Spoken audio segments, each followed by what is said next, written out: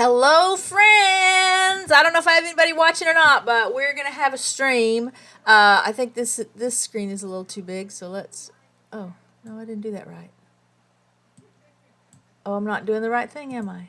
Okay, let's try this. I'm still playing with things to do at the very beginning of the stream, so I can probably get rid of this tab now.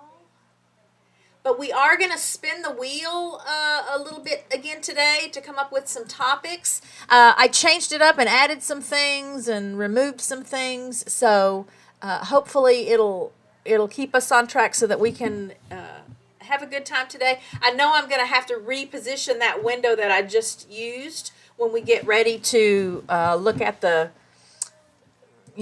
things we're going to be watching today. Oh, hang on, maybe this will do if I put it right here.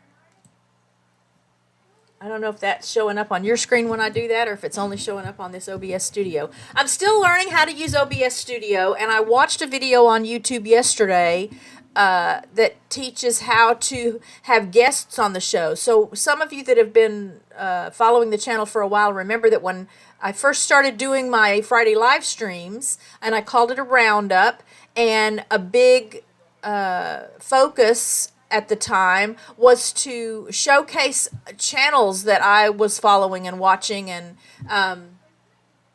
just to get the word out about them and introduce you to them through interviews. And so they would come on and share the screen with me, and I would ask them some questions about who they are and what their channel was about, and just so let people get to know the content creator behind the channels. I miss that. StreamYard made that super easy to do, but as I said last week, I'm always looking for ways to cut costs and be more budget conscious, since I am retired now, and I love doing my job here at home with our dog boarding business, but I will never get rich doing that. That's not why I do it, so it doesn't matter if I get rich doing it or not. And so I am hoping to get back to that. So if you're watching this and you would be interested in doing an interview just to get your name out there and let people meet you through hanging out with me on a live stream, then send me an email. You can find my email address at the About tab on my YouTube channel here. And you can be a guinea pig for me while I figure out how to make that work. I think there are a lot more things actually that I can do with OBS Studio than I could do. Well, at least more than I could have done with the kind of low tier StreamYard plan I had. And that's only because at the time it was the least expensive subscription option, but even that subscription option now has almost doubled in price. And if I'm only going to be doing like a live stream once a week, I absolutely cannot justify that expense. So let me know if that's something that you'd be interested in doing. And if not, then no big deal. But I will be experimenting with how to do that so that I'm ready if and when the time comes. And I hope that there will be times when one or more of you will join me on the show on screen to interact with viewers and give me something else to do while I'm live. And let's see. I'm going to change some things here. Oops. Okay, what's happening here? Hang on, I'm having some technical issues, and I want to get those resolved. I hope I'm still live. I may need to open a window and look to make sure it looks like there's something happening on the screen for you. But let me get this other window set up, or let me see if it's set up, which means I need to make, oops. Oh, I have an hourglass on my computer. It just says Google Chrome not responding, which will really be disappointing because I have all my tabs open so that I can, in a flash, get to everything I want to share with you. But hang in there. Thank you for those of you who are hanging in there. If you're part of the live audience watching now, thank you for stopping in while I'm live. If you're part of the rewatch crew later today when this it becomes a video on demand opportunity, then thank you for that as well. But let me see. I'm not getting anything to respond on my end, so I don't know what might be happening for you guys. Give me a second here. What is this? Okay, I don't want to close Microsoft Windows. Of all times for Windows to have a problem. Okay, looks like we might be back, but what is this? Let's close this. I may have too many windows open. That might be the problem. Let's see. Okay, so let's try this again. Let's move this up, and then let's move this over. I think this is how I did it before. Oh, y'all don't need to see all the tabs up there, so let's do this. That's not the one I wanted it on, though. So that's the new thing that I've added, so we're going to try that out this time also. But let me get to the tab I want, which is this one. Okay, you guys remember this? Okay, inactive tabs. I don't know what that's about. Okay, I don't need the... There we go. I don't need the top bars and all the tabs and things, but let me get this a little more centered for us. Okay, so first, again, welcome to RichKatRanch. This is my second live after taking a pretty significant break from the channel and from doing live streams. I think I might have done a live stream sometime in the last few months, and that was after a couple of years or more of doing live streams consistently every Friday. So I'm really looking to get back to that. I enjoy that. I miss that. And for me, I think it makes me feel a little more connected. Oh, I want to find the chat comments. Where's the chat Oh, there it is. Okay. There they are. Hang on. How do I do this? Chat. Oh. I wish there was a way. I got to figure out a way because I know there is a way. Hello, Connie Cleary. Hello, Erica Olson. So good to see you guys. Thanks for stopping in today. And I'll apologize if you missed it already because I'm still learning the ropes about OBS Studio. That's the streaming software that I'm using now. But I'm going to still be incorporating in a lot of the things that I used to do with the channel when I did my live streams before, and you guys were around at the time, so I know you'll remember some of these as I do them. But to kind of keep me on track and keep things flowing, I have my little wheel of topics, and I'm just going to be having the wheel select things for us that I'll talk to you about. And then I've got a bunch of tabs already open so that once the wheel makes a decision for us, I won't have to look something up. So cross your fingers that that's all going to work and all these tabs are going to be alive and working. And then I've got a couple of new things that I've put on the wheel today that I want to do. So let's click the wheel and get that started. I'm trying to think if there's anything else I needed to cover with you before we actually started doing topics. But while it's spinning, I can be thinking. It is a beautiful day here in Southlake, Texas. Let me get you the temperature. We had ice and a little bit of snow in the last month or so. But today we are, at a wonderful 75 degrees. It is beautiful and sunny. I don't know if there are any clouds in the sky since I'm not out right now, but it looks like there probably aren't any clouds in the sky. We had a surprise storm that skimmed just north of us a couple of nights ago. Was it a couple of, I think a couple of nights ago. So I was sitting in the living room. This was about 11:30 at night. I'm a night owl. Lights were off because all the dogs were sleeping. And that is more conducive to keeping them calm and still and quiet and relaxed if I turn the lights down and so it was dark enough in the living room even with the TV on that I saw this big flash of light from through the little part of the back door. I had the screen or the blinds. There's blinds on our glass back door, and it has blinds on it. So they're raised a little bit, and I see this big flash of light. And I'm thinking, what is that? And then within, 20 seconds or so, I hear thunder. And thinking there was not any hint at all, nothing in the radar reports, nothing to indicate that we were going to have any kind of storms or rain. So I pull out my weather app, look at the radar, and sure enough, there's this little thunderstorm that goes running across just north of us. And I think it had some hail in it and some pretty strong winds but all we got to do was hear the thunder in the distance and, see the storm from the radar. So, first topic. I don't know if there's enough people here that you can do this, but it's a new one. Ask me anything. So, if you're live in the chat and you got a question you want to ask me, ask me. I'm going to experiment with this and we'll see how it goes. And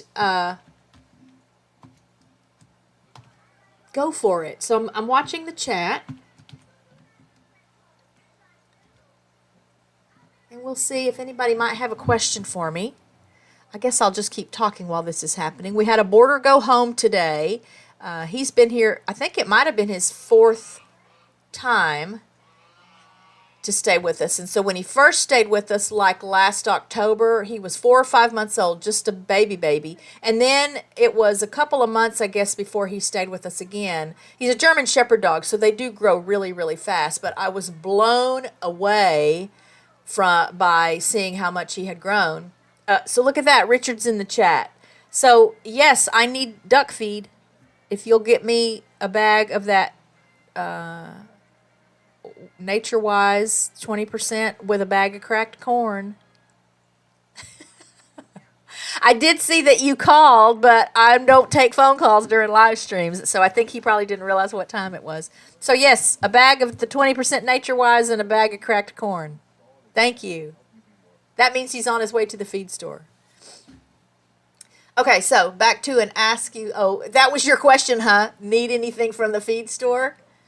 That's funny. Well, we'll leave that up for a little while. And what we can do is, how come it doesn't have a hide? Remember last time it had hide on it, so that it would take it off the wheel. But then each time I would spin. What does that mean? What does it mean? Do I just have something set wrong? I don't know what that means. Oh well, we'll have to leave it because I don't want to reinvent this wheel every time we're going to use the wheel. So it landed on the Ask Me Anything.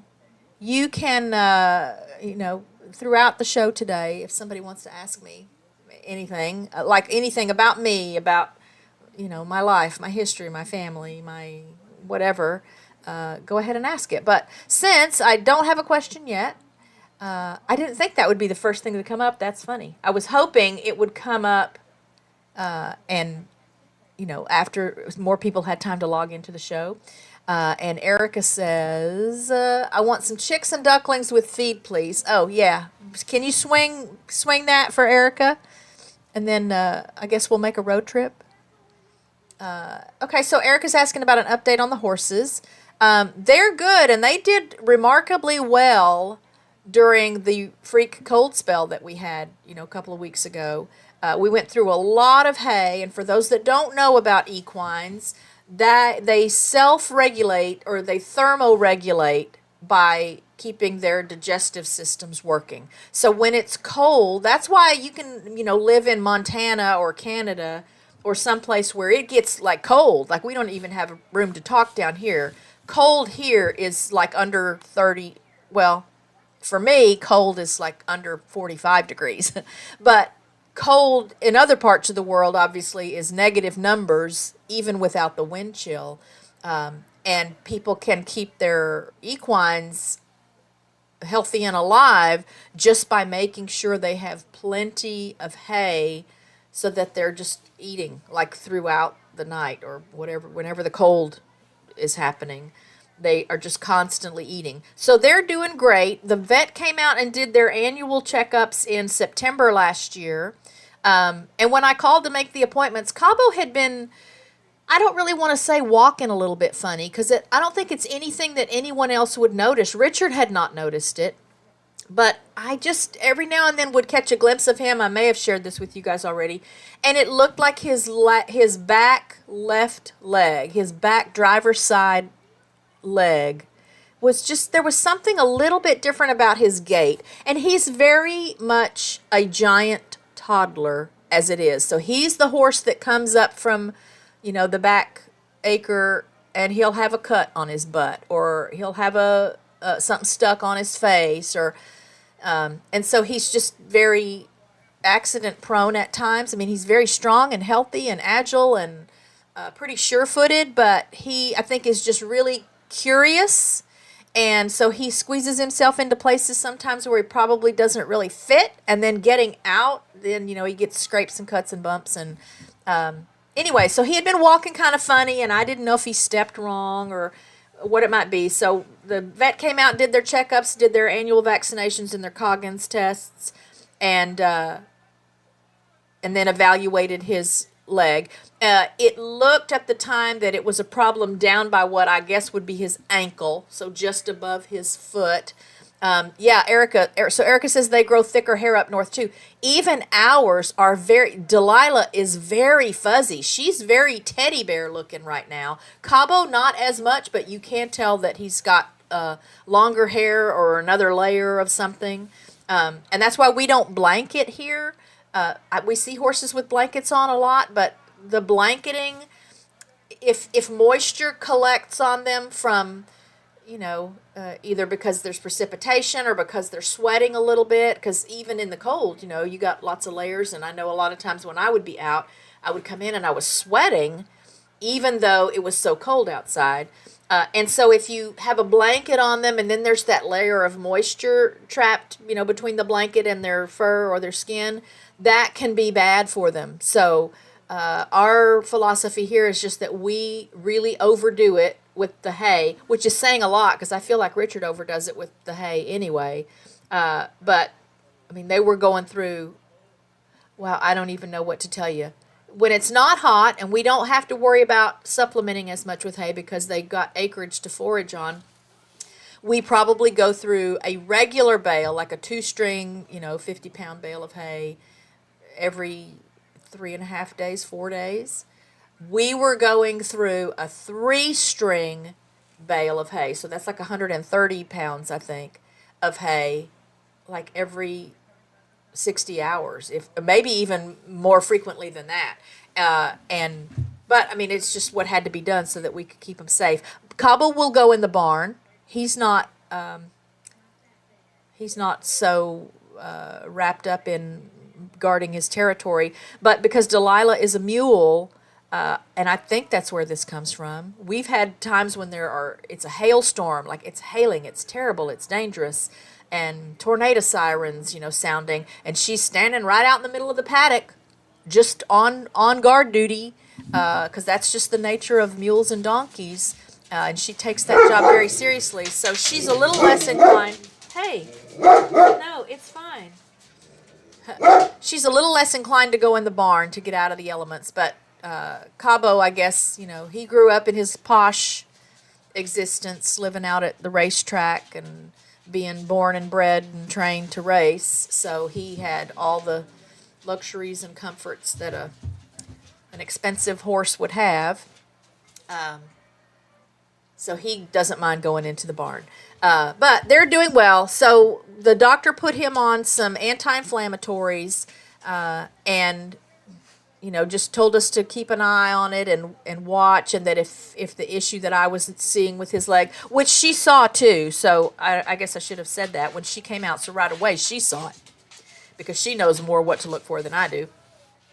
And she just said if it doesn't resolve with, trying to restrict his activity as much as you can and these anti-inflammatories, then we need to make arrangements to maybe take an x-ray. And they have the portable x-ray stuff that they could have brought out here. But he seems fine, and he's still, even then he was still running and being his regular, energetic, crazy toddler self. So I think he's good. Feathered kids, update on the flock. The ones we still have are doing great, but I downsized the geese, I want to say, it might have been before Thanksgiving.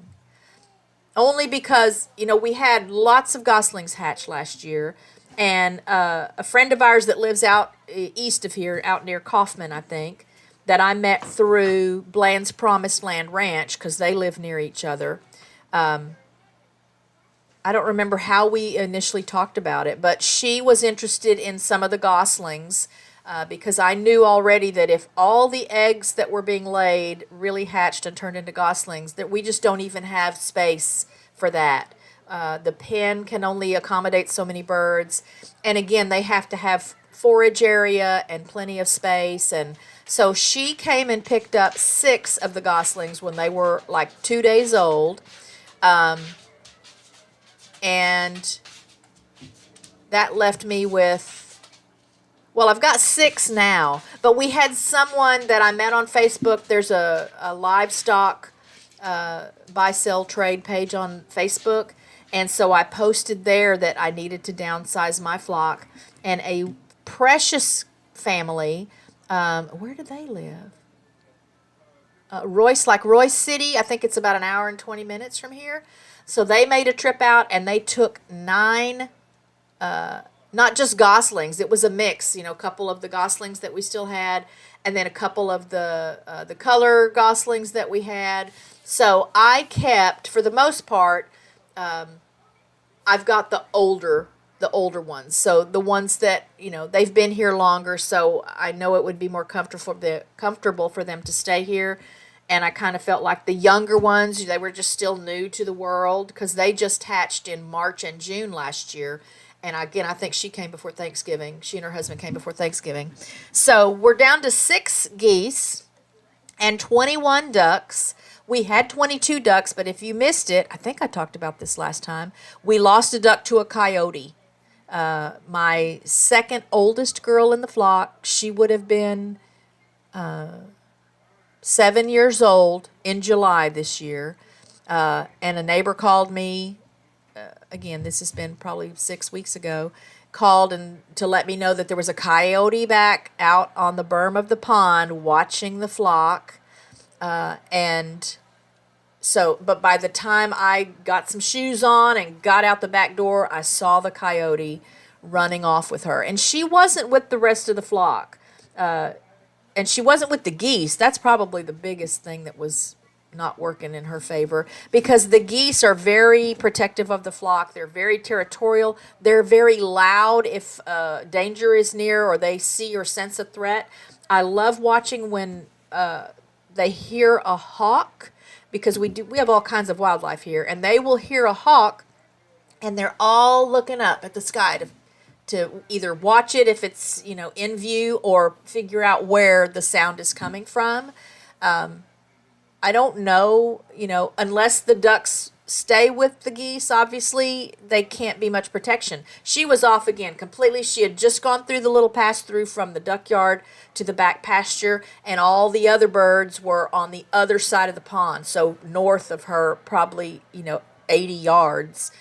So I don't even know that they saw what happened to her. But as I'm running out, I see the coyote taking off with her, and, he was running because I was hollering, but there would not have been anything I could have done to save her. And I'm okay with that, only because I know everybody's got to eat, and that coyote may have been feeding a den of babies. We do have lots of coyotes around here. Now, I went through a spell after that, like I've done after the bobcat thing and after the hawk incident we had years ago, where I don't let them out on the back pasture. Which, for them, they don't mind, because they get to come in the backyard, and they love the backyard. I don't know what's so exciting about it, but like they ask every day to come to the backyard. But if we've got boarders here, except for Gucci. Gucci does okay with them, and our dogs can be with them. But I don't take chances when it's a dog that doesn't live here, that I don't trust could really control their urges or prey drives or whatever might happen if they encountered what they think is a wild animal. So I just started letting them back out onto the back pasture maybe 8 days ago. And so far so good, but I can't control nature. I don't have any desire to control nature. And having water birds just comes with the risk that they will be lost to predation, because their life is supposed to be about foraging and free ranging and swimming on the pond, and it's not supposed to be about being locked up in the pen, or locked up in the backyard. Even the backyard is not a whole lot of space compared to them having that whole back pasture and the paddock, because they come through the gate up to the front. And anyway, but they're doing well. So the ones I have are doing well. I've got one older girl. She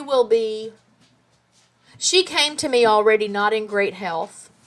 I think she's a jumbo pekin, which I think they may be more prone to some health issues anyway. But she was one of the ones that came to me. She was maybe 6 weeks old.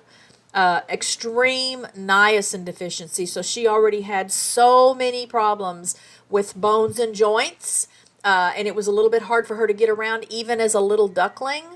And so she's kind of struggling. She's having a very hard time getting around. And I imagine the day will come that I'll need to make a decision for her, because right now, that thing I just described, they're meant to be out foraging and swimming on the pond. She can't do any of that. So she stays in the duck yard during the day. And then there are some other older girls that are kind of slow and have some issues related to, I think, being overmated. Before I, got comfortable with having to rehome some of my boys. I had too many boys and not enough girls. But for now, they're happy-go-lucky little creatures, and she's still eating. She's still very enthusiastic about her food, and she can, scoot herself around to get to food and water.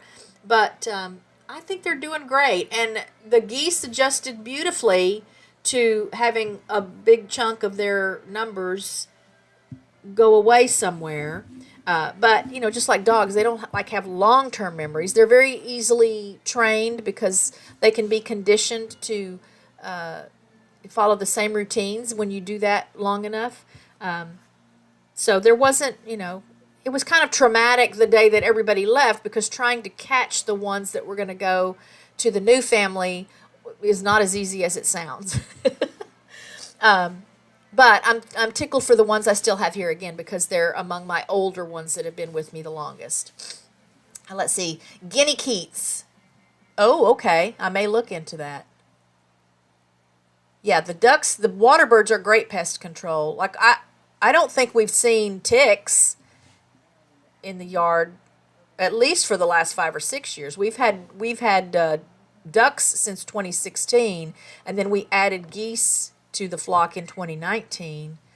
Let's see.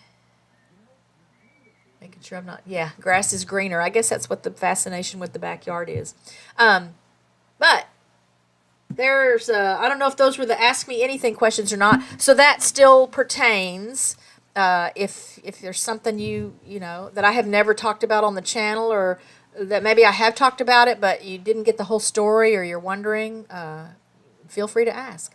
And let's see what we get now when we spin. I don't know if I spun again already, didn't I? But now I don't know what it landed on. Okay, we're going to do the In the News. So let me see. Where's my In the News? This is going to be different from... oh, did I not pull up a news thing? Okay, so hang on. Let me pull up a news thing. I thought I had it on like a Fox channel in the news. I don't like CNN. NBC is okay. But I think I had it on Fox. Well, let's look at this CBS one. Let's just see what we get. Oh, so just before the stream went live, what was I watching? I don't know what I was watching, but I saw this thing happening, this meeting with Vance and the president and President Zelensky, and it was getting kind of heated. So the impression I got, only having watched, a minute of it, if that much, is that, and look at Zelensky, this picture here, this body language. You don't have to be a body language expert. Oh, well, it went away when I did that. So this picture here, look at that defensive body language there. He does not want to deal with. So he came here. This is at the Oval Office. This is in the United States, and he seems to be criticizing the U.S. for something. And when I was watching, Vance was asking, "Why do you think it's appropriate to come here and criticize the president who's trying to help prevent the destruction of your country?" So I guess that's kind of in the news right now, and I didn't even know that meeting was supposed to be happening. And then there's a whole bunch of propaganda, as always. So I don't know that I see anything else that... here's, some weird headlines. Let's just look at some of these headlines. Cause of death remains mystery after Gene Hackman and wife found dead. So that's, I think, going to come up if we get celebrity gossip on the wheel. Trump plans to sign executive order making English the official language. Okay, here's the Trump and Zelensky meeting. Cartel leader Rafael Caro Quintero pleads not guilty in New York City. Don't know who that is. WHO offers possible cause of Congo deaths after new case cluster reported. Don't know about that. Second, what did you do last week? Email expected to go to some federal workers. Map shows measles cases across the U.S. So I can tell you, all I know at this point is that one child died somewhere in West Texas within the last week of measles, and the first reported case, I think it's Rockwall, which is like a county over from Dallas County, or maybe Rockwall is in Dallas County, but it's east of here, so like an hour and 15 minutes east of here. There has been the first reported case of measles. My maybe not so funny story about that is that here's Erica's question. When's the next cooking live?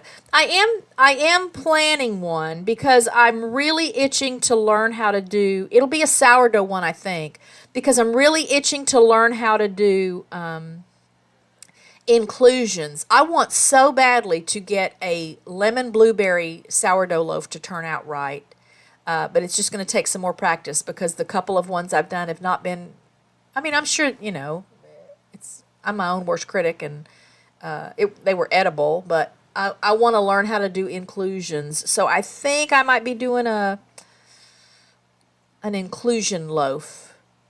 And so it'll be lemon blueberry or cinnamon sugar.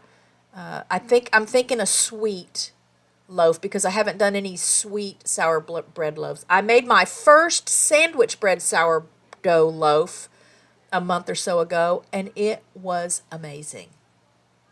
I don't even remember now what it is that's so different about the sandwich loaf recipes, but the texture is different. It really was good for sandwiches. I bought loaf pans just so I could learn how to do that. And I would love to think I'm not going to be buying sandwich bread anymore. I mean, the sourdough bread makes great sandwiches too. So, but Richard doesn't like those. But I think I don't know if he ate any of the sandwich bread. He's like a, I don't know. It's like some defiant thing. Even if it's something that is delicious, he just doesn't like to cooperate sometimes. So I ended up throwing out some of that sandwich loaf. But I was really excited about how it came out. And part of what I'm going to be learning to do is adjust so that I make smaller things, smaller loaves, so that I can eat it and not have to waste. I'm so over wasting food. Anyway, so back on track. My interesting, kind of funny story about measles. You know, the mumps, measles, rubella vaccination comes together. I don't even know if there's a way to do it separately. And so I had that vaccination when I was a kid, because back in the day, you could not get into school unless you were vaccinated. And I even remember still my smallpox vaccination. So some of you that are old enough have that scar. I don't know if you can see it. Yeah, see that scar? You have that scar on your arm from getting your smallpox vaccination. And back in the day, on the first day of school, so the day I started the first grade, I didn't go to kindergarten, they lined all the kids up in the hall, and a nurse with a vaccination, like a gun thing, went down the line and gave everybody a shot. Same needle, same gun. She would wipe it off with alcohol or something in between kids, and we all got our smallpox vaccination that way, which is not the story about mumps, measles, and rubella, but it just reminded me. So I had the vaccine. I never had mumps, measles, or rubella as a child growing up. But when I got pregnant the first time and they did my blood work, which is typical early on in the pregnancy, one of the first things the doctor said was, everything looks good, but you have no immunity to mumps, measles, and rubella. And they look for that because it can be really dangerous for the baby before it's born if you contract mumps, measles, and rubella. Yeah, I remember that was not a comfortable. Erica says it hurt like hell, and that was, yeah. I mean, then think about it. If you got this big old scar, how invasive must that have been? Yeah, it hurt. But that he said it's nothing to worry about. Obviously, you need to be mindful and stay away if there's a possibility that somebody you might come in contact with has mumps, measles, or rubella. And then as soon as the baby's born, we'll give you the vaccination. So my daughter Leslie was born. They gave me the vaccination like the day after she was born. I got pregnant again. They did my blood work. Doctor comes in, and says, yeah, you don't have any immunity to mumps, measles, and rubella. Now, this was a new doctor. The first doctor that delivered my first baby retired, so I had a new doctor for the second doctor. And I said, well, that's weird because I got the vaccination after Leslie was born. He said, sometimes it just doesn't kick in. He said, but again, no worries. We'll just give you the vaccination as soon as you deliver this time. So Ty was born. They gave me the vaccination. I went in, 5 months later. Ty was 5 months old when I got pregnant with Gerald. And they did my blood work. The doctor comes in, says, you don't have any immunity to mumps, measles, and rubella. And I said, what is happening here? I've had the vaccination now twice in the last 2 years, or 2.5 years. He said, I don't know what to tell you, but we'll give you the vaccination again after you deliver. So Gerald was delivered. They gave me the mumps, measles, and rubella vaccination. And I got pregnant with Stacy then. My last three were born in less than 3 years. And they take my blood work. The doctor comes in, like the next visit is when they go over your blood work with you. And he didn't say anything about mumps, measles, and rubella. So I asked, do I have immunity to mumps, measles, and rubella? Now, he sees lots of, at the time, he was seeing lots of patients. It's not like he would remember that I was the one, and I don't know that he would, study my chart for every pregnancy before the one we were working on. And I said, do I have immunity to mumps, measles, and rubella? And he looked at me kind of funny, and he looked at his chart. He said, yeah, this shows you do. I said, okay, because I had to get the vaccination, the last 3 babies, right after they were born. And he said, yeah, that's weird, isn't it? So, as far as I know, I have immunity. Again, I never had that as a kid growing up, and it was very common. Mumps, measles, and rubella were very common when I was a kid growing up. So, if at some point between me getting the vaccination as a kid and then getting pregnant with my first baby, I lost my immunity, I don't know how I made it all those years without ever getting sick. But that's just to say that, I am mindful when, these kind of things show up in the news, because I know there are people that are, for whatever reason or for various reasons, not comfortable with vaccinations. I have concerns there too. I do feel like that maybe there are some issues that kids today deal with, health issues that very likely are related to the exorbitant number of vaccines now that are recommended. I don't know how I would feel if I was having babies now. Because back in the day, I don't remember what the schedule was, but it never seemed like anything weird. Now there's all these extra things they're vaccinating against. And if I felt like that really worked, maybe I wouldn't have concerns. But I know obviously it doesn't always work, because I am a case study in having had a particular vaccine even numerous times in just a few years and not developing the antibodies that would protect me. And then there's just all this COVID stuff, y'all. I did not take a COVID vaccine. And I'm proud to say that at this point, because I just don't think anyone else should tell me what I have to do. But I don't know, there's a catch-22 there, because I think the little child that died in West Texas was not vaccinated. The parents didn't support vaccinating their children, and to know that it, was or is a preventable disease if the vaccine works. It's hard to know where the line is there. So I'm glad I'm not having to deal with all of that right now. I don't know yet. I don't remember hearing what the vaccination status was of this first case in Rockwall, Texas. But that just, look at that. All that I got from that one headline: map shows measles cases across the U.S. Who is John Schwartz, the man behind today's economic blackout? I couldn't tell you. I don't know. So I don't watch the news. If I haven't told you guys that, I don't watch the news. It's too stressful. It's too depressing.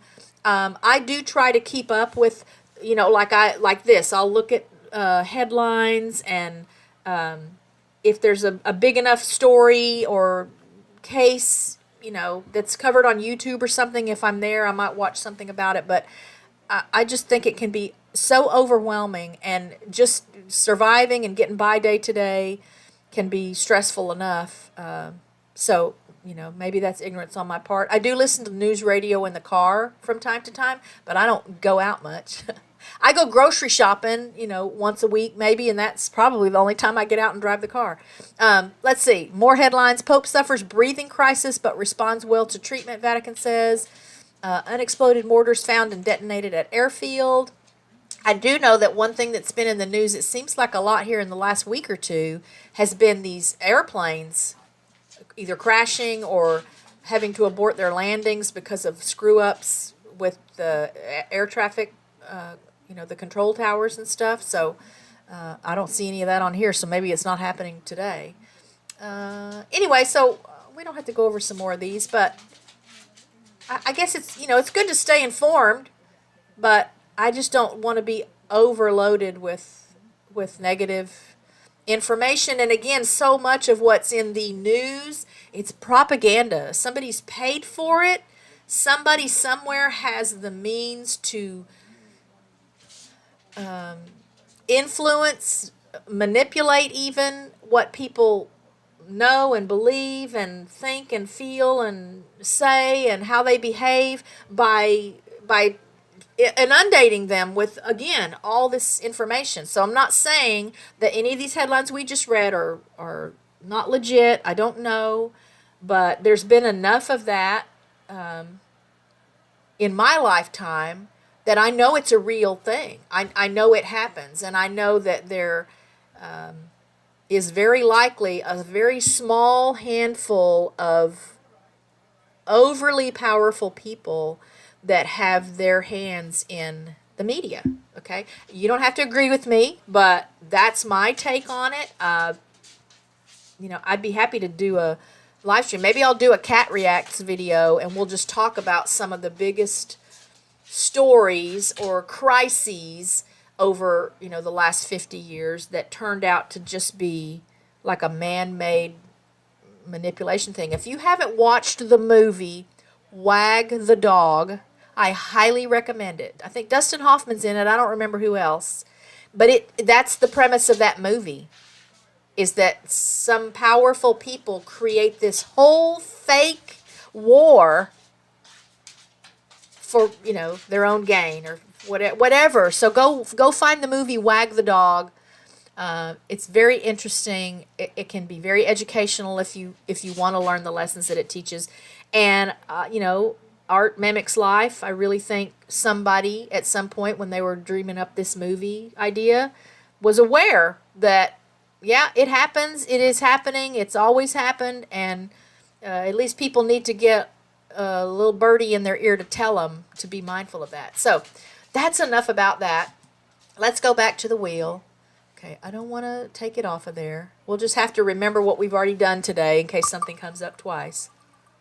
Yeah, I'm sorry I'm not getting the COVID shot. It doesn't work anyway. I have friends who have had every shot, every booster, and then they still get the notices that they need another booster, even though they were told the one they just got was the last one they would need, and then they still got COVID. So, there's the Ask Me Anything again. So, again, that question will just stay up for the duration of the show. Come on, I want to get to something new and fun. Oh, we get to play Bandle? Yeah. Oh, no. Okay. I might have to take that one off and just add it again. If you haven't heard of Bandle, I just discovered it yesterday because I had an idea for something that I wanted to do. Okay. The what am I doing? So last week I had this doing, watching, reading. So I'm still chipping away at that same book that we talked about last week, and that's why I thought I'm just going to change the thing to make it broader because I don't want to talk about that same book every time. I have not picked up another Mark Tufo zombie fiction book yet to start reading. But one of the things I'm doing that's really fun for me, and it's funny that I didn't think to tell you about it last week because I really spend a lot of time on it, is I'm playing a game on my phone called Klondike Adventures. And maybe you've seen it, maybe you've heard of it. It's like Farmville. Do some of you remember on Facebook there used to be a little game called Farmville, where you planted crops, and I don't remember, it's been so long ago, and you had animals. That's just one of the promotions you can get to buy, like coins and things that you can buy stuff with and do. But I try to avoid that because you can also earn the coins. So these little icons here, like this little thing here that's glowing, that little blue glowy thing, I don't know if you can really say. If I click on that, then it gives me like some energy. It's called energy that I'll use then to cut down trees and feed my flocks and my animals and stuff in the game. And so it's like Farmville on steroids. So you do these little quests. You go to these different maps, these different places where you have to you complete these little quests. And maybe the quest is build a structure. And then you get coins and gems and things that you can use to trade in to do other stuff with it. So it's very addictive, which I have a very addictive personality anyway. And it's fun. And I look at these kind of things and, sort of jokingly will say, well, it keeps me out of the bars. And I know the older I get, the more important it's going to be to have brain engagement. And lots of studies have indicated that, senior citizens do better all around. Wellness increases if they have activity that stimulates their brain. And I know I've shared the story with you before that once upon a time I was a community relations director for a retirement community in Fort Worth. And I would have a music therapist come in once a week and play the piano and sang for us. And it was amazing to me because it's the first time I'd heard it, even though I was very familiar with the power of music, to change moods and perceptions and heal and energize people. But there were people that lived at the assisted living facility there that would come on the days that the music therapist would come in, and they could not remember their names. They didn't remember their families. They couldn't remember to eat or take medicine or take a bath, so they were in assisted living. But that music therapist would come and he would play songs from back like in the 30s and the 40s. This was back in like mid-late 90s. Yeah, that I had that job. So, music from 40 and 50 years prior, because most of these people, again, they were older, retirement age, and living in either the skilled nursing or the assisted living facility.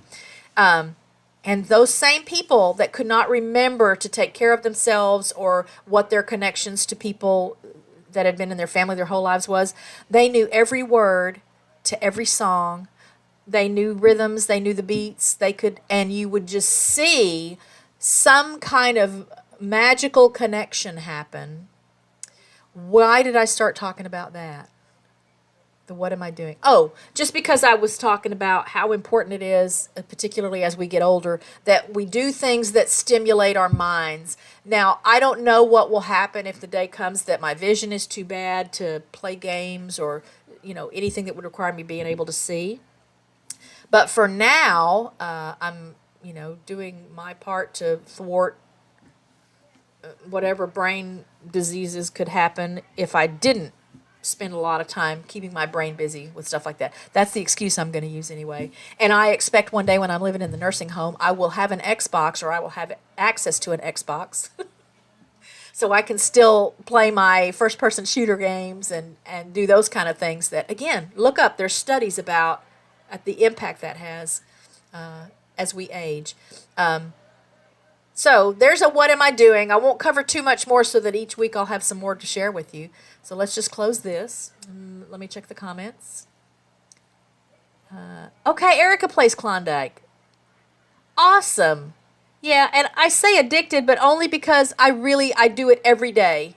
And if I'm busy or away from the house, I do get a little bit stressed because, in my mind I'm thinking, oh, I need to feed my animals. I need to harvest stuff, I don't like things being undone, and so it kind of feels like addiction sometimes. I say that. The only thing I've really ever been addicted to is coffee. I am back on coffee. Y'all may know, I've had a channel long enough to tell you, I've weaned myself off of caffeine probably 10 times in my life. And it goes well until the first time I go camping or someplace where I don't have a coffee pot. And I know you can buy those like Folgers that's like in a tea bag, but it still means you got to figure out a way to make some hot water, because that doesn't work real well with cold water and a tea bag concept, unless it's like sun tea that you can leave out for a while. And when I got to have my caffeine, I got to have my caffeine. So I am back on caffeine, but I'm trying to tell myself, that if that's the worst substance I'm ever addicted to, I'm going to be okay with that. And for me, there are days that I'll have a headache, which may or may not be related to not getting caffeine, because sometimes I still get a headache even though I just had some coffee. And instead of taking, medicine, I can just drink a little coffee and then my headache goes away. Again, maybe that's a sign that I'm having withdrawal because I need more caffeine. I do play it on my phone. I have a flip phone. I say flip phone. What's it called? A Z Flip? So here it is, just regular size if I'm going to make calls or something. But it opens up so that it's almost like a little tablet. Will I ever figure out which? So this is, backwards, looking in a mirror here, kind of. So I have it on this phone. Before I got this phone, I did play it just on my, like Note 9 that was like this size when it's folded in half. And for now, my eyes are good enough that I can still see what I'm doing, playing it on my phone. Okay, let's spin again and see what we get. Thanks again to those who are here with me live. If you haven't hit the like button, I love it when you do that, because YouTube does go around looking to see if people are liking what they're watching so that it can maybe recommend it to somebody that didn't watch it.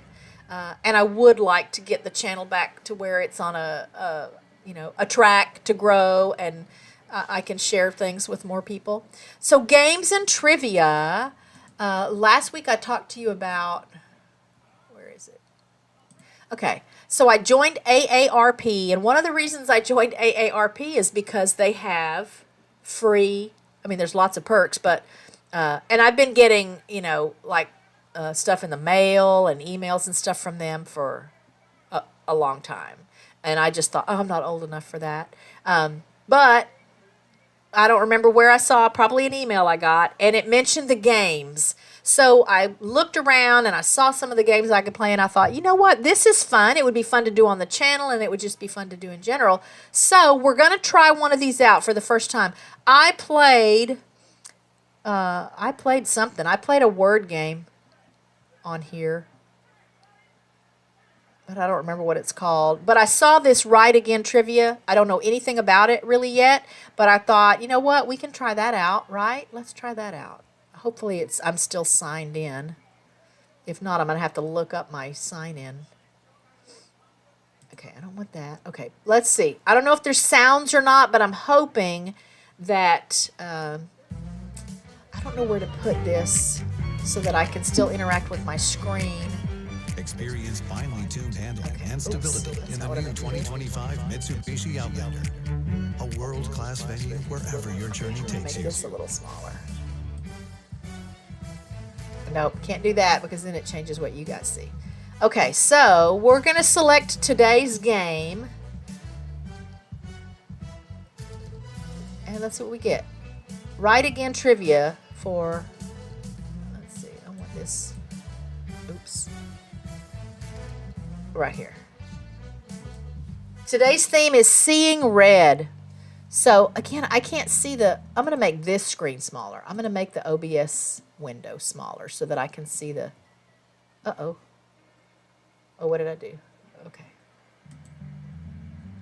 What did I do? Okay. Quest 1, round 1. What are we doing? Seeing red.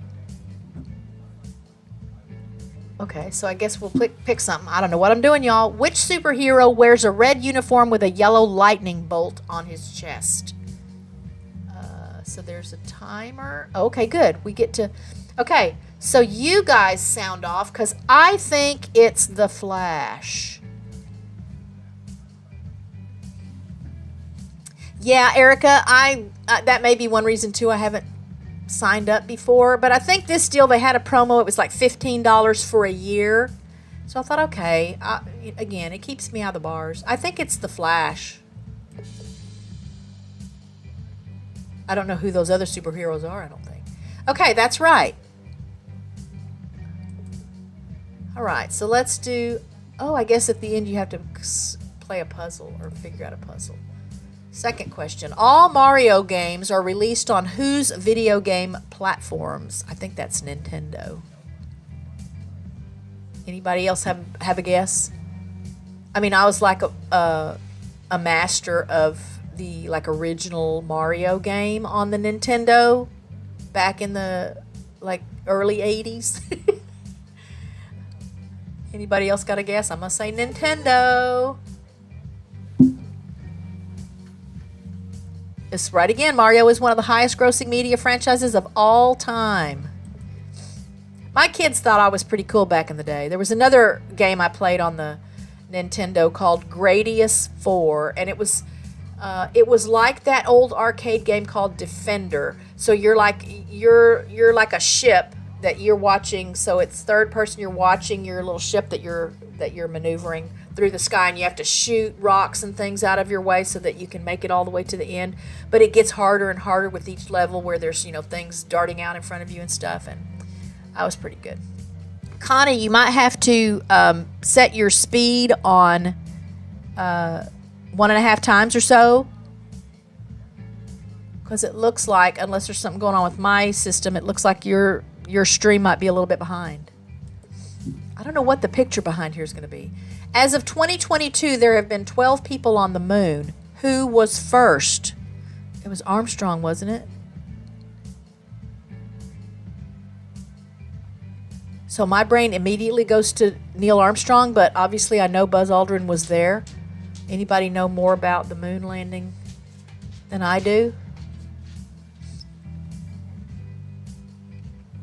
Any guesses in the chat? I think it's Neil Armstrong. Isn't that like one of his primary claims to fame? Okay, yes, Commander Gene Cernan was the last person to walk on the moon in 1972. So I can tell you too that in the summer of 1969, I don't remember if we had a TV at home yet. I was born in 62. No, because we didn't get a TV till I was about 8 years old. We lived in Jacksonville, Florida, and the school. So maybe it was common that not everybody had a TV, because the school, you could go up to the school during that summer to watch the moon landing. So I can remember going up to my school to watch that live. We won't even get into the conspiracies about that, but maybe I'm just a conspiracy nut. Okay, next. Oh, I see. Probably you get more of the picture if you pick a bigger thing. What was Big Mac's, Mark McGuire, fellow Bash Brothers' name?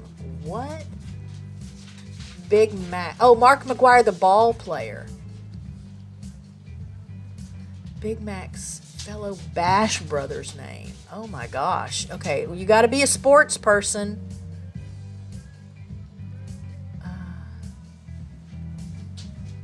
Mark McGuire. I'm gonna go ahead and guess this one. Wade Boggs. Seems like I'm picking that. Oh, incorrect. Oh, Jose Canseco. Here's my funny Jose Canseco story. And I know it was all over the news, but I think we were at that game. I think that happened at Ranger Stadium. Am I thinking of the right thing? And he got hit in the head with the ball. So he's going out to catch an outfield ball right at the fence, and it hit him in the head. Oh my gosh, I'm going to have to think about that for a minute. So first I'll have to look up whether or not he really did play for the Rangers, so I'll know if I'm thinking of the right person. Because I also think, so when my son Gerald was born, there was the Texas Rangers shortstop. What was his name? Scotty something? He and his wife had a baby like at the same time. So we met them, and I think it was Jose Canseco. I'm gonna have to look and see. Oh, done with round one. No, we won't go back to watch the video. I'm not interested in earning the points. I just wanted to try out a game, and since we came up, yeah. So I still remember that pretty vividly. I mean, I've always been a very nerdy, bookwormish, more interested in math and science than, Barbie dolls and cooking person. And so as a little girl, I was very tomboyish, and so the whole space and all of that stuff really was right up my alley, even as a little bitty girl. And so that was definitely a red letter day in my history, going up to the school and watching what just was unbelievable in my little 7-year-old mind. And even now that some of the things that are happening, like I would so sign up if they would just let anybody go and they would pay for it, and it didn't matter how old you were, or I'd be signing up to go in the space shuttle or go on a space mission if we were going to do a space mission. Absolutely. Find a sitter for the dogs, whatever. I'm going. Okay, so we're going to turn that off. Can y'all hear the music that it's playing? Because I just realized that the game has music, but let me know if you can hear the music. Oh, I muted it. Huh. So I might have to figure out how to get some music to play during the stream. Okay, we're going to go back to our wheel. And let's spin again and see what we get.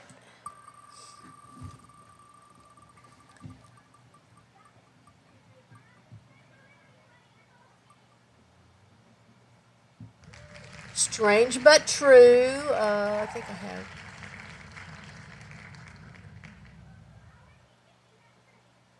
Okay, so for this one, I picked, I can close that. Well, I won't though.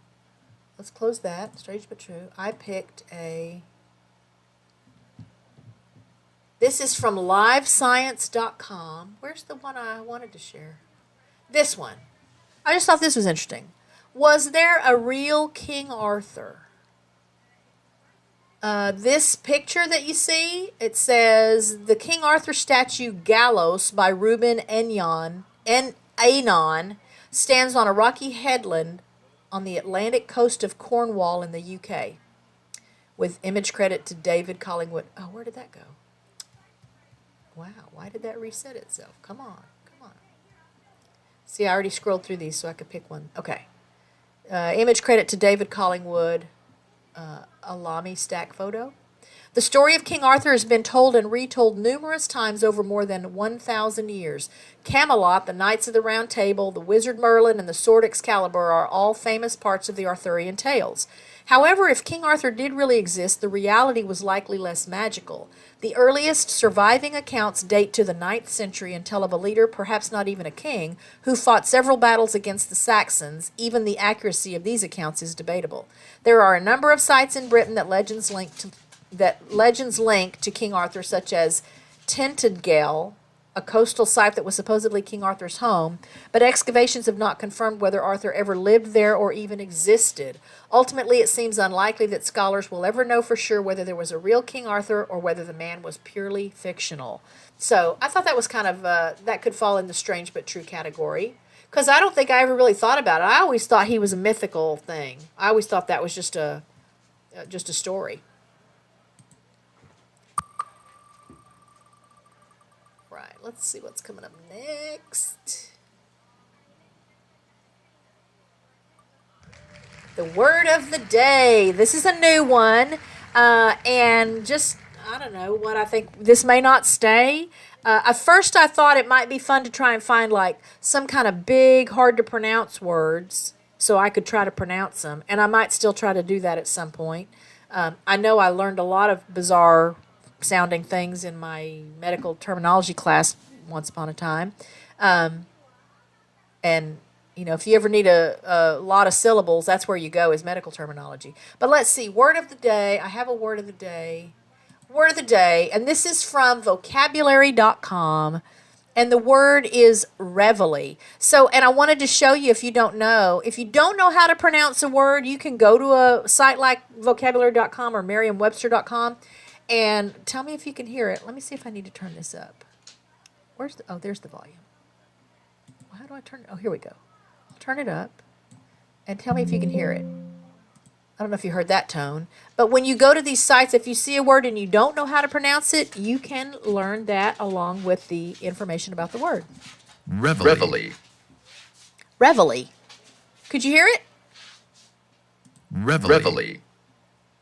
I know there's a little bit of lag between when I actually share something and you guys see it and hear it, but let me know if you could hear the computer telling you how to pronounce that.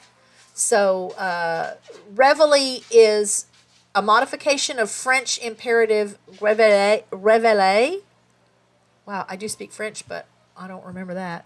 Which means wake up or awaken. Appropriately, the noun reveille refers to a bugle call meant to accomplish exactly this. Reveille most often occurs at sunrise in a military encampment or base when a bugler plays a familiar tune to wake up the military personnel.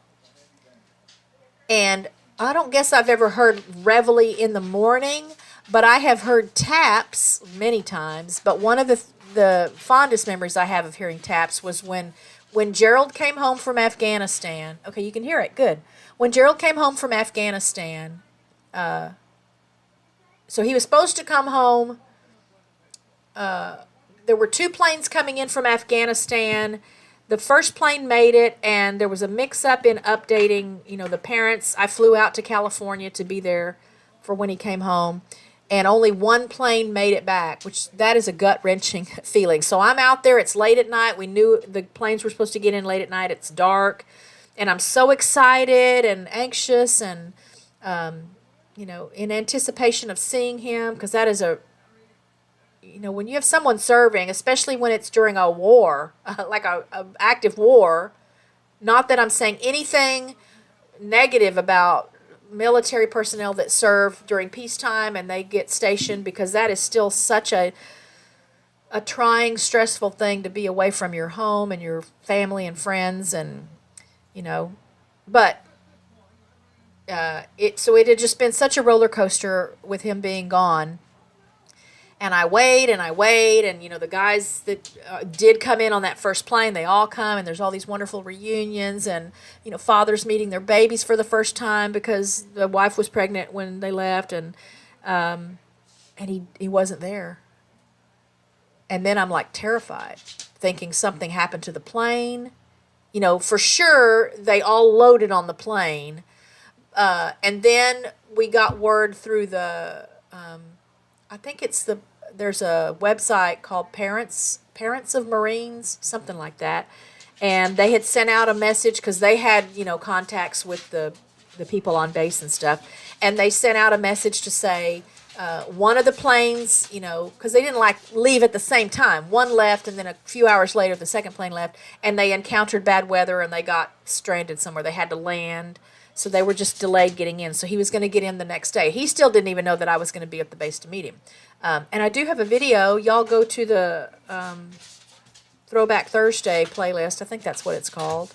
And I have a video of my reunion with Gerald when I finally got to see him again that next day when they got into town. It's just, again, that's right, it ranks a little higher than watching the moon landing from school in 1969. But... So that night, I wasn't, I didn't know he wasn't going to be coming in, but the plane was expected to land really late. And, we could be on the base. You could get on the base, and there's things to do and places to eat and all that. And so sundown, rather, was happening, and I heard taps start playing. And it was just really neat because whatever you're doing then, when taps plays, you stop what you're doing and you face a flag, and a lot of hands over the hearts, and it was just a really neat connection because everybody's heard taps, and I've heard taps at funerals or gravesite services before, but it was really neat to be there, especially because of why I was there, and I didn't know yet that he wasn't going to be home that night. But there's my anecdote to go with the word reveille. And now let's see what we have here. That was word of the day. Oh, I don't think did I remove it? I hope I didn't remove it. Oh, I need to turn this down now.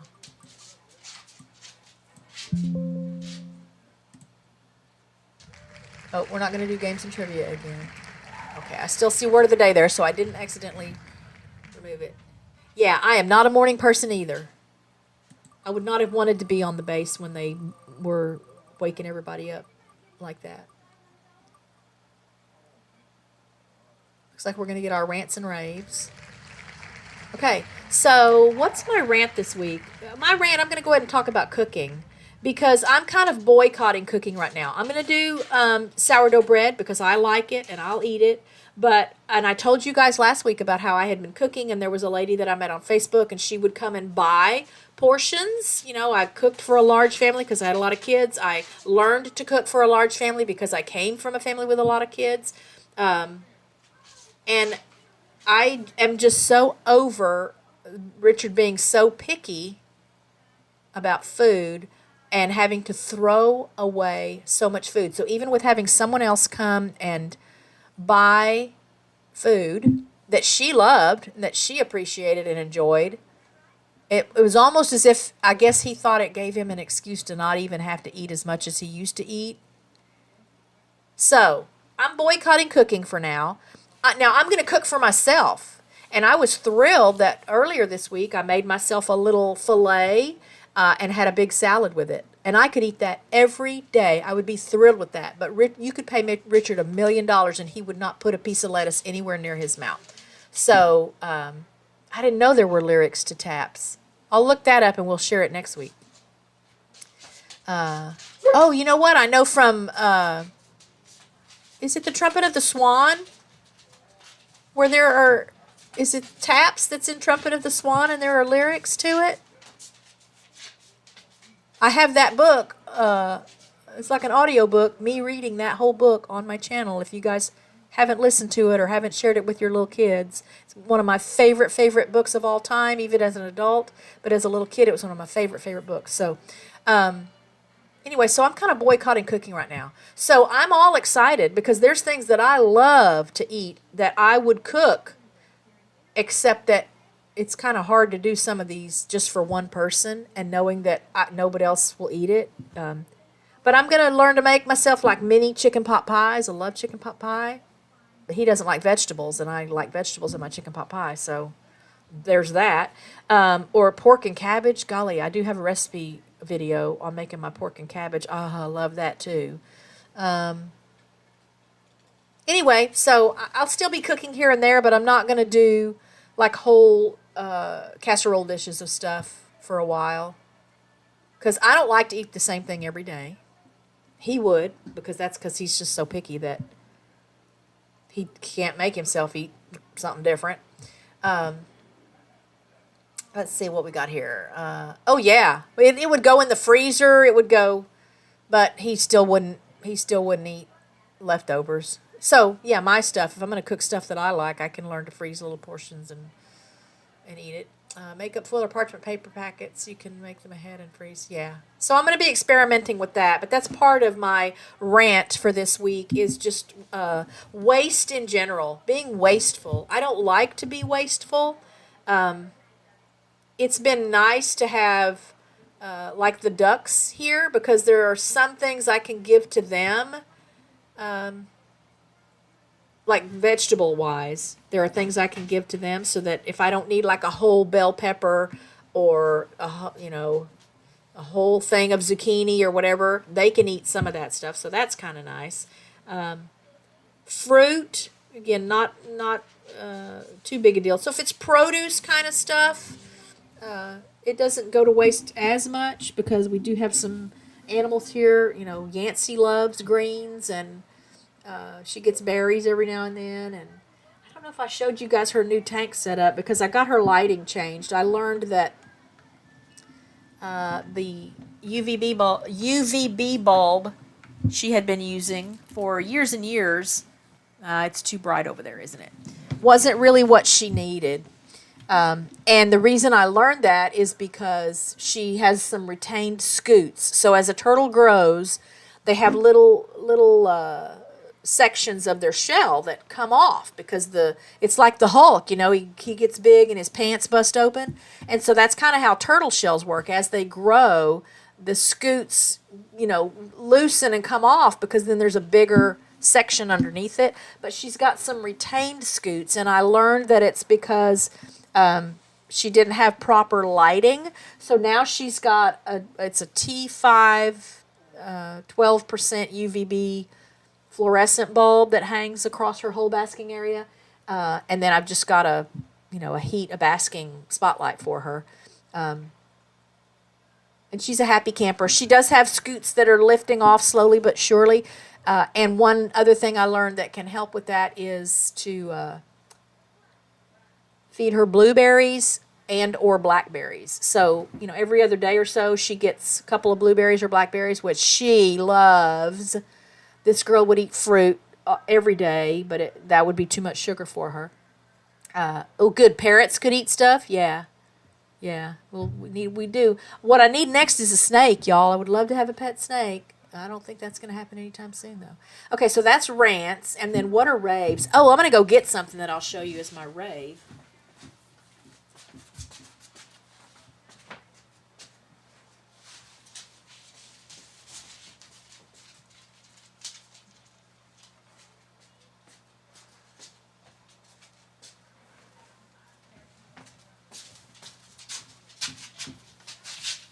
Okay, when I took my shower today, which I use this every time I take a shower, I meant to bring it in today because I knew I wanted to rave about it. But I don't know if this is sold all over the place, but there is a little company. I first found this. There's lots of different scents, and I think, it comes in all kinds of body wash products and lotions and things. There might be candles and sachets and other just fragrance items. But this smell called Sunday Beach, oh my goodness. This transports me. It almost has a smell like the old, I guess it still smells this way. I don't sunbathe, so I don't use tanning stuff.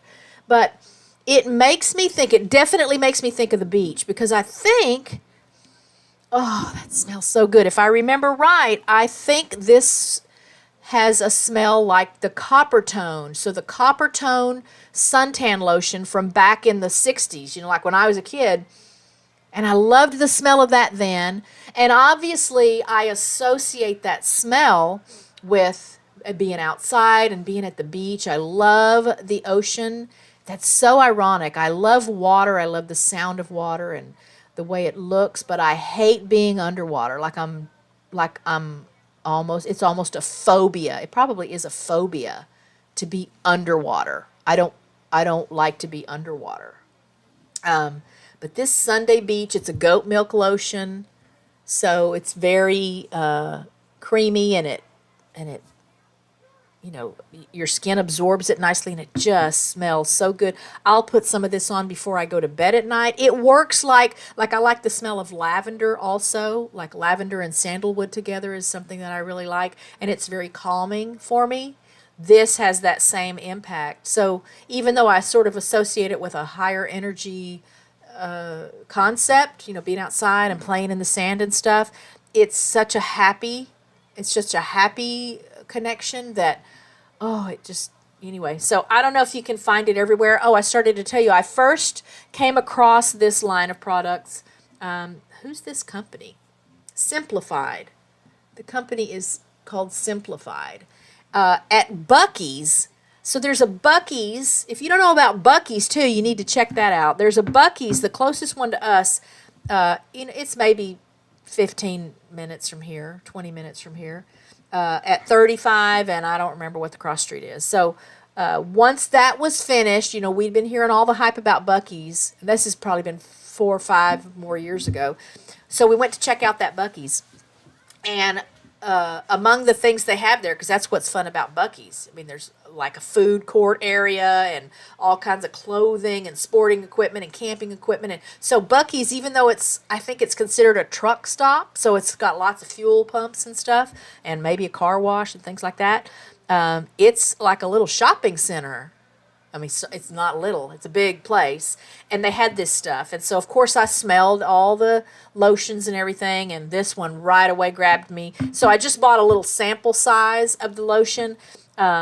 And then we don't go to Buc-ee's very often, and I hadn't seen it any other place. And the Ace Hardware that's not too far from the house here, they've always had a little section in it. It's like a mini version of the Buc-ee's, except they don't have the fuel pumps. But they've got obviously garden stuff, and you can get baby chickens there in the spring, and they've got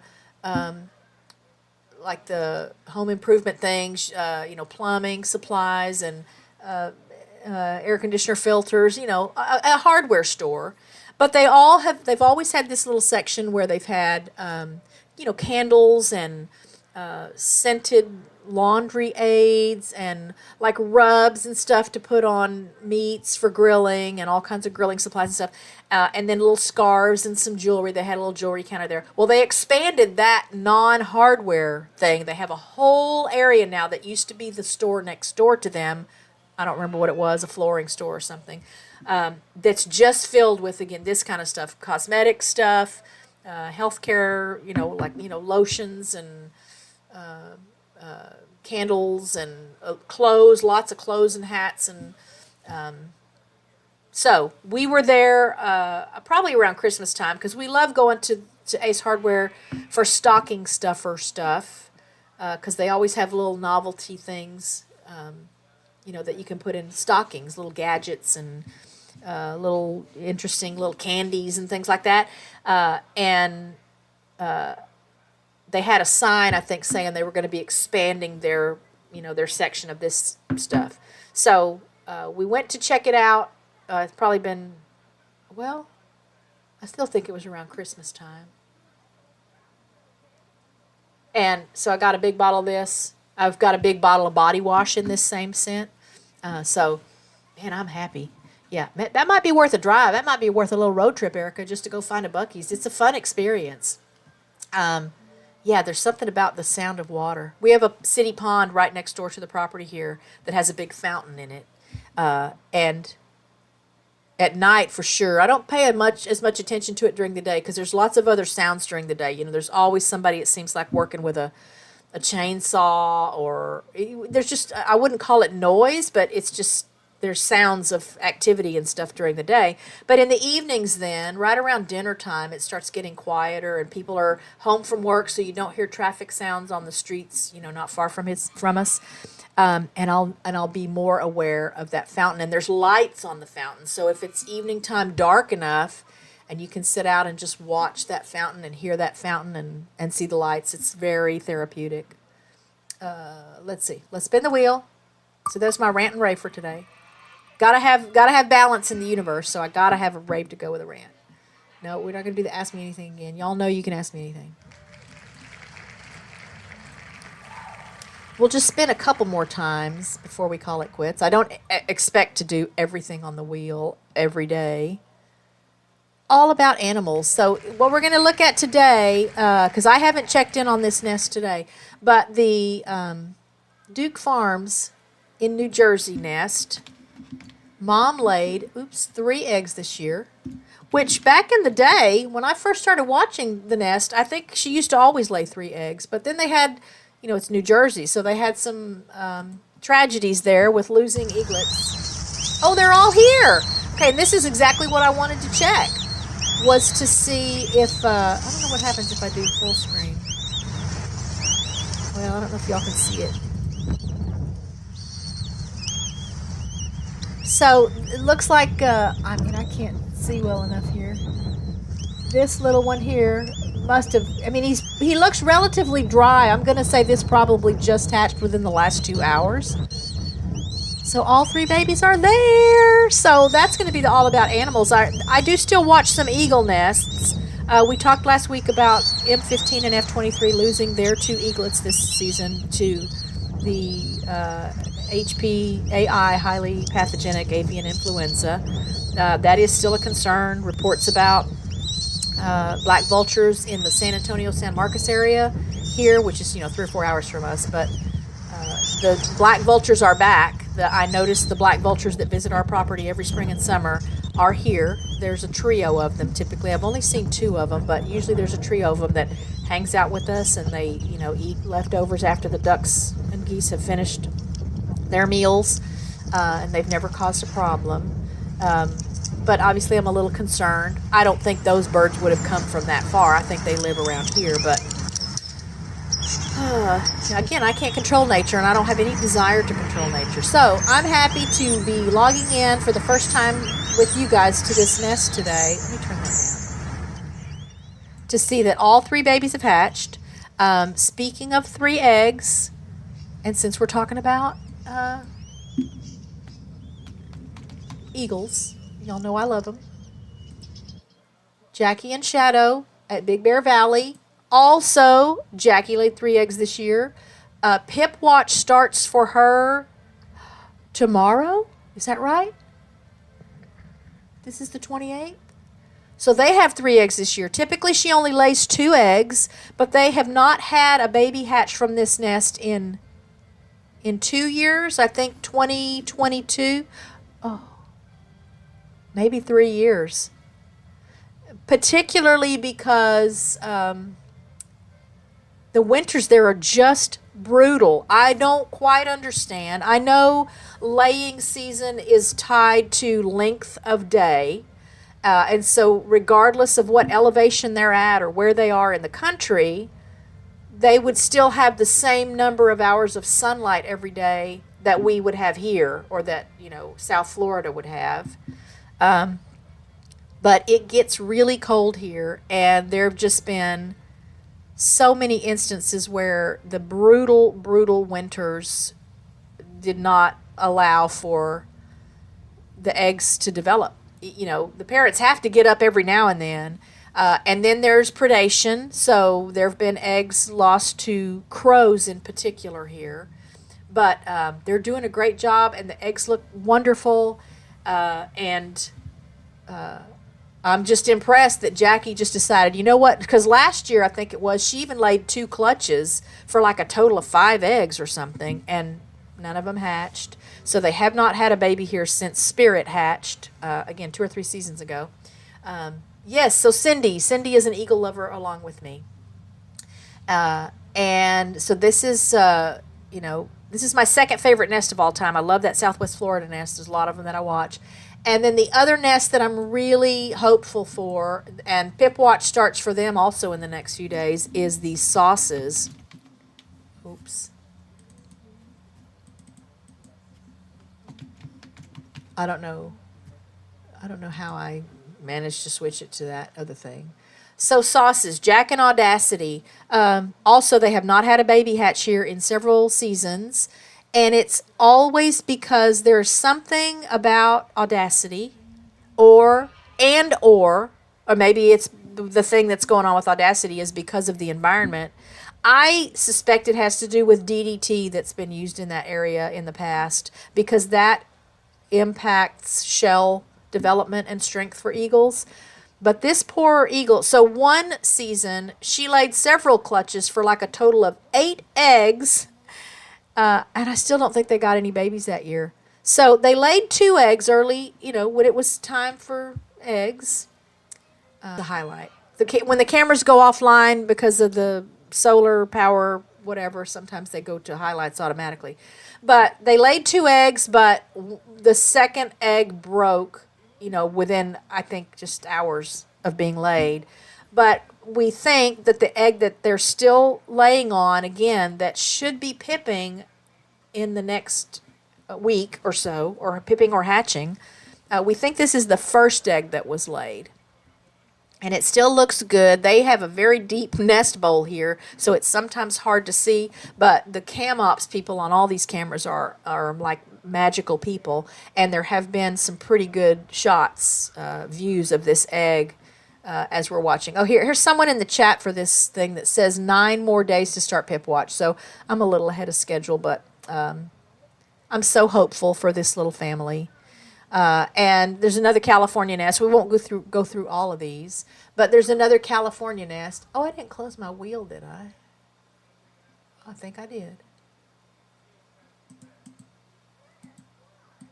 I might have closed my wheel when I went to the YouTube thing. Oh, because I thought this might be the last thing we did, I guess. Yeah, there's my wheel. West End. There was an altercation or territory battle or something between the dad, Akachita, at the West End nest on the Catalina Islands and other eagles. And he has not been seen since. But the female has taken on a new mate. She laid 2 eggs. Well, she laid an egg, and then the father of the new mate is going to be like new first-time father. So he's not quite 5 years old yet, and they know exactly who he is because he's banded. They banned the eagles, the eaglets, out there as part of still their, rejuvenation of the eagle population that's been going on for the last couple of decades. And so, all it takes is to look up the tag number that he's got on his little ankle tag, and they know exactly who he is and where he came from, and how old he is, what day he hatched, all of that, which I think is really neat. Thunder, the mom, is not banded, but we know that she is the offspring of Chase and Cholin, who are also Catalina Island eagles. They're still together, nesting pair there. They haven't laid an egg yet unless I missed something. And she's their daughter. I think that's awesome. I think I have that right. Isn't that right? That Thunder is Chase and Cholin's offspring? Anyway, it's so neat that over time you see all these connections, and eagles do typically mate for life, but if something happens to one of them, or, because things happen, it's nature, or there are territory battles, then sometimes they don't get to stay together. So I am anxiously in the waiting room for some of these eagle nests. Tickled again that we looked up the Duke Farms nest to find 3 babies there, so, odds are not in Eaglet's favors, I'll tell you that. So if they don't all make it to fledge, that's just the way it goes. But they are great parents. It's just mom and dad. They don't have names up there at that Duke Farms nest. They're great parents, so I know they'll do whatever they have to do to continue their species and help these babies fledge. So if you haven't been an eagle watcher, it's something fun to try out. I just always caution people, it is nature. It is in the wild, so anything can happen and often does happen, and it can be really unpleasant and sad at times, but a lot of lessons to learn because these eagles don't get depressed. They don't get hung up on what could have been or what should have been or what might have been. Their purpose is to procreate and continue their species. They're smart, they're resourceful, they're very dedicated and hardworking, they're very attentive parents. And I just think that nature all around in general gives us a lot of opportunities to learn how to be better humans by observing and learning to accept what is just because it is. Obviously, one thing that sets us apart from wild animals is we can have motives, ulterior motives sometimes, but other things drive us besides what drives eagles. But there's my little plug again for eagles. And I don't think, I really wanted to play Bandle. So we're going to spin one more time. If we don't get Bandle, we're going to play it because I love this concept. It's kind of a name that tune. No, I don't want to do History's Mysteries. So let's get to Bandle. Because maybe I won't put it on the wheel and it's just something that we'll do each week. I'm going to turn this up again a little bit. Because if it works like I hope it'll work, you'll hear what I'm hearing. And, you can sound off in the chat, too. Cindy G says, I had to become tough while watching. Absolutely. I have always been very interested in, Buddhism concepts. Because Buddhism focuses a lot on letting go and not attaching ourselves to, again, the what-ifs and the shoulda, coulda, woulda. Accepting. It's about acceptance. It's about seeking, truth and knowledge and enlightenment through all the things around us that offer those things. If we just will not get so hung up on, something or some things that we miss our opportunities to learn. And that's what nature and animals do for me. It doesn't always mean that if I'm in the middle of something that's stressful or heartbreaking for myself that I don't, still have to deal with that. But I think it gives me an advantage sometimes. I know with my own flock, again, to come to a place where I can accept that part of their lives, sometimes their natural life, what is supposed to be their life, means it doesn't always go like I would want it to go. And everybody's got to eat. There's no animal better than the other animal that deserves it more than another animal. And I kind of liken that to Buddhist concepts. I remember I had to do a paper on world religions or maybe it was a world religions class. I don't think that's what it was called though. So last time I was in college. And the objective was to interview someone from a faith other than whatever faith you grew up in, and then write a paper about, contrasting concepts and comparing and things like that. So I went and spent a day with a monk at, a temple, I think it was in Arlington. Who knew at the time there was a temple in Arlington? I was living in Valley Ranch. And I got to go and spend a day, and I was just so moved by how mindful he was of the energy that we put out into the world, and the resources available to us through, again, nature and even just everyday interactions with people, to see the world in a different way, and be more accepting of what comes at us. So that was very interesting to me. And I just find a lot of those concepts apply when I'm watching all this nature stuff that I like to watch. But let's try some Bandle. Again, if you haven't seen it before, I didn't know about it until I was looking up. I think I was running a search for song guessing games, stuff like that, and that's basically what this is. So this, you have to guess the song, and the way this one works, you can guess it with guess it just by the drums. If you can't quite get it with that, you can add the bass. You can see the progression here. Let's see if I can make this any bigger. Can I make this bigger? Yeah. Oh, that's not what I meant to do. Okay, good. I thought I closed the window. Okay. And let's pull this down a little bit. Okay. And then I think you earn points or something. This one's considered an easy one.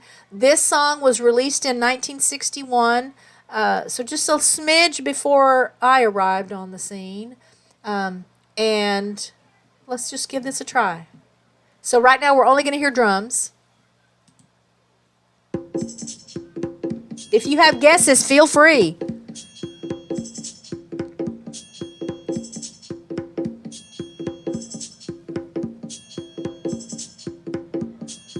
I'm not getting anything yet. So let's add bass to it. You ready? So this is drums and bass. Oh. When the night has come and the land is dark. Stand by me, right? Stand by me. Is that it? I got it!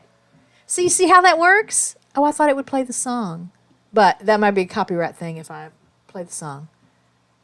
Oh, that's awesome. Okay. Oh, right. I got the first one. Okay. So play 9 bonus rounds. Let's look at this more Bandle. Oh, I thought I tried to do that already. Hang on. I just want to do this thing. Oh, what is this? Bandle, the app now has bonus rounds. Can you identify the correct lyrics? Spot the performer. Well, I just wanted to do more where you listen to the song. Where'd it go? Oh, it's right here. How do we do another song? I don't even know how to do another song. Oh well, I'll figure that out, and maybe we can do a couple at a time, but isn't that fun? I wish we could do this again so that then we could hear all the different parts. What is this? I don't know how to do more songs. So if you've used Bandle and you know if you can just do several in a row, let me know. Oh, let's see. We can do this.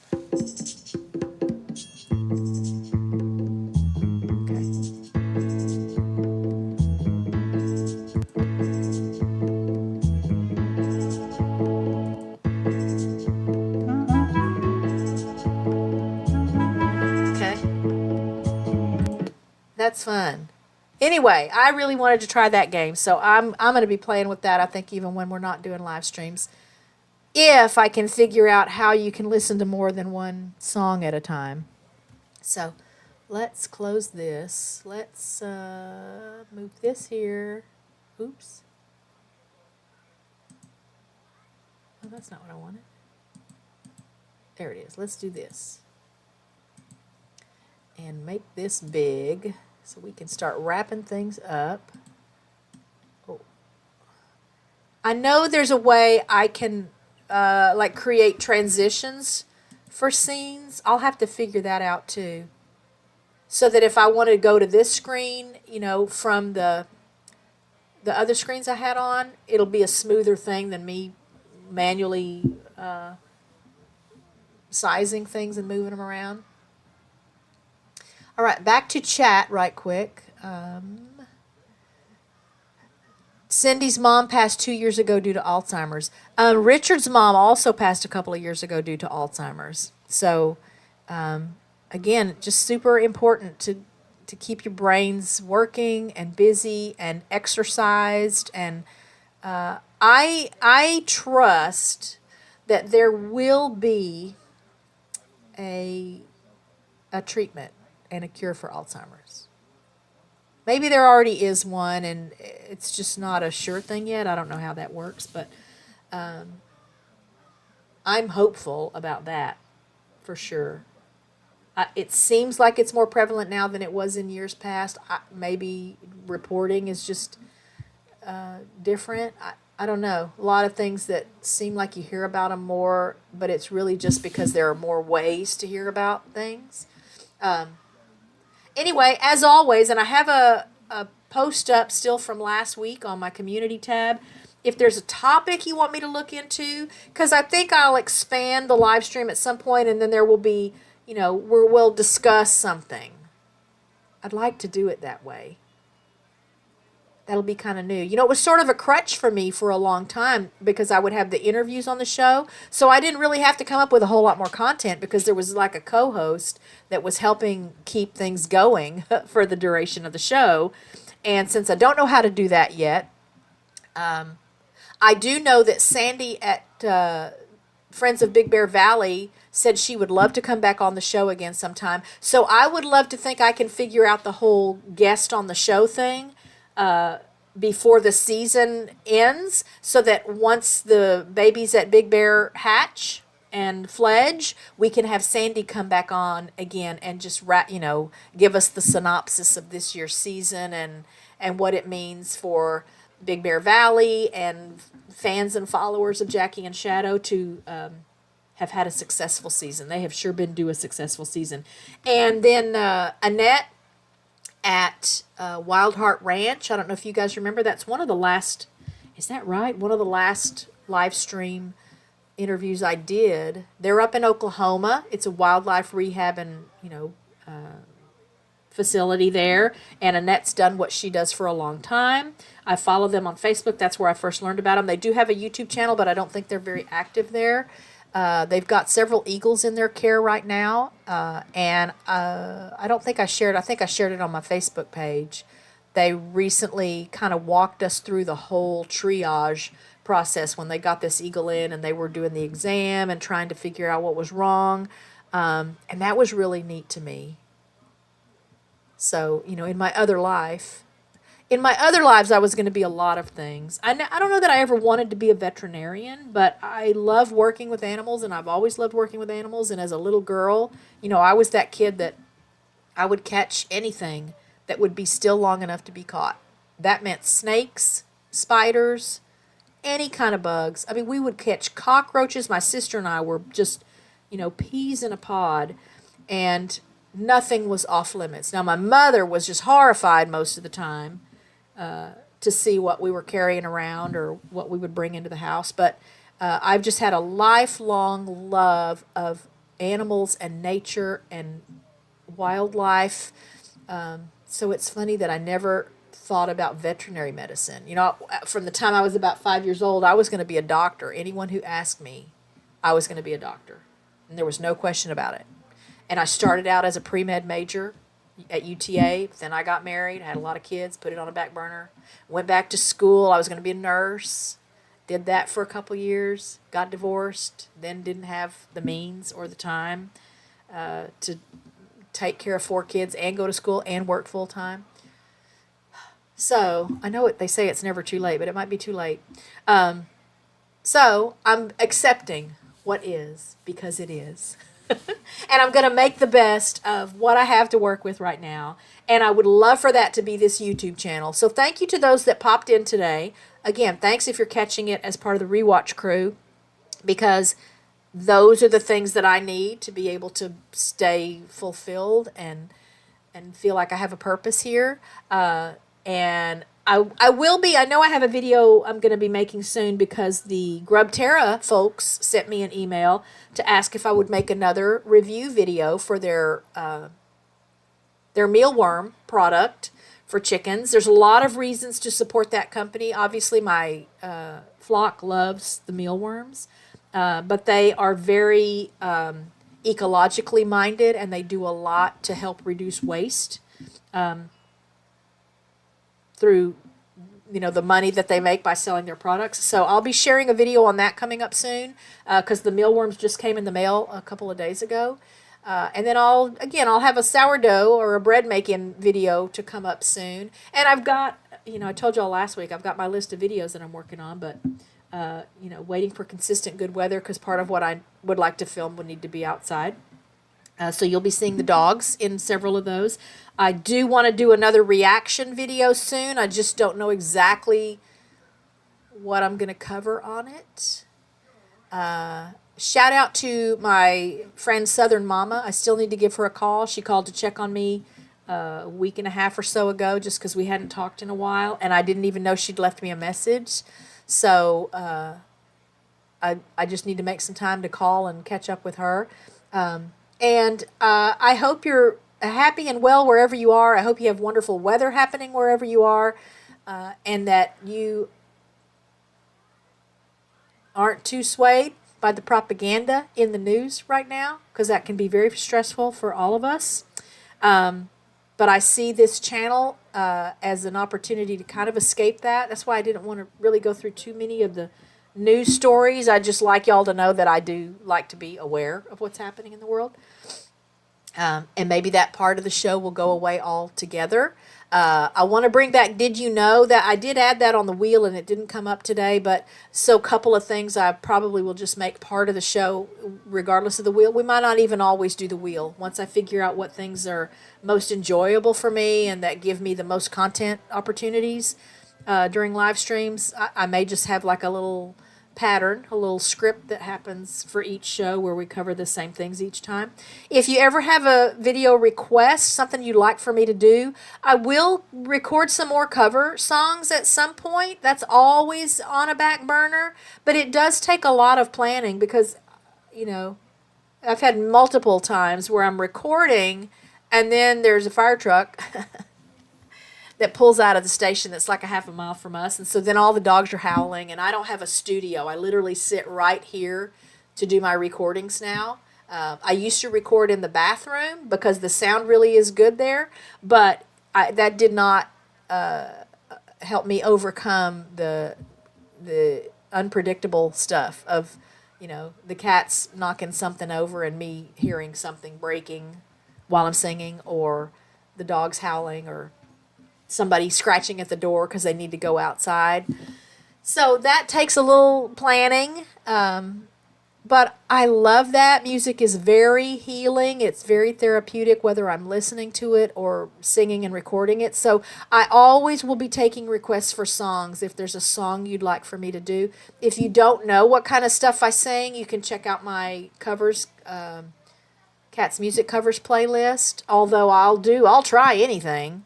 But right now it's kind of been filled just with songs that I like, that have meaning for me. I could do Beatles songs all day long. Love those. And I don't think I've done any alternative rock yet, and that's kind of my favorite genre of music these days. So maybe I'll find something in that category.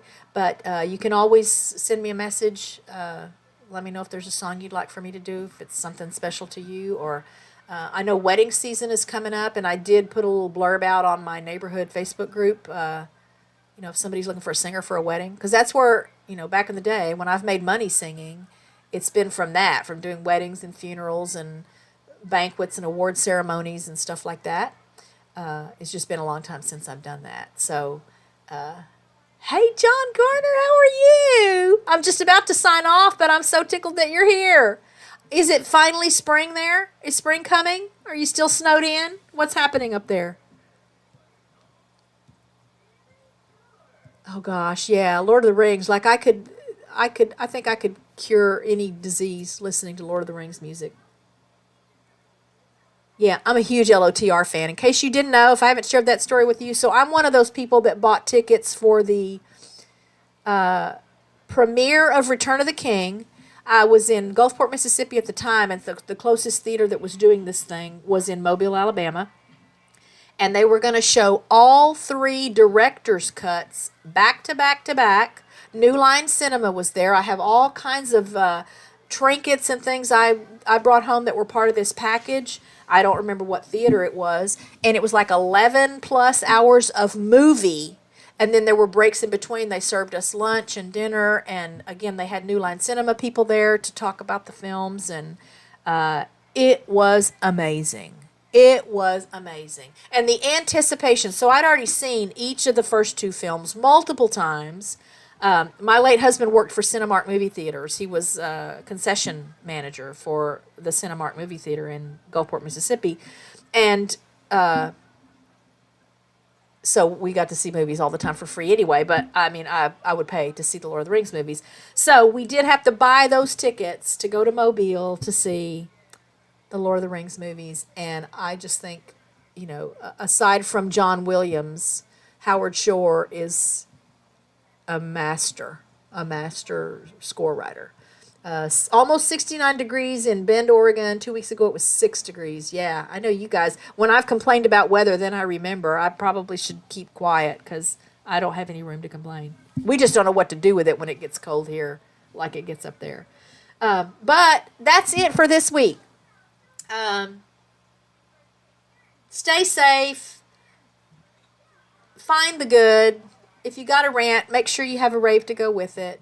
And we'll live stream again next Friday, 2 o'clock. I'm not, willing to say whether or not this is the best time or not because I haven't done it enough.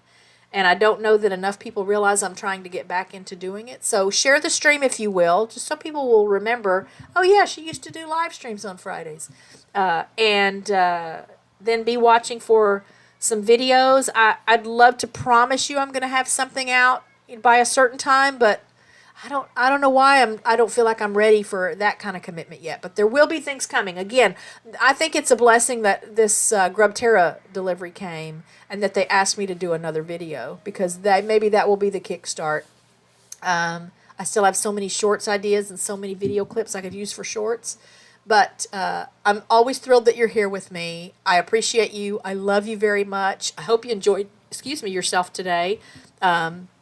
And I think tonight I might go to the grocery store and buy some stuff to make myself a little chicken pot pie.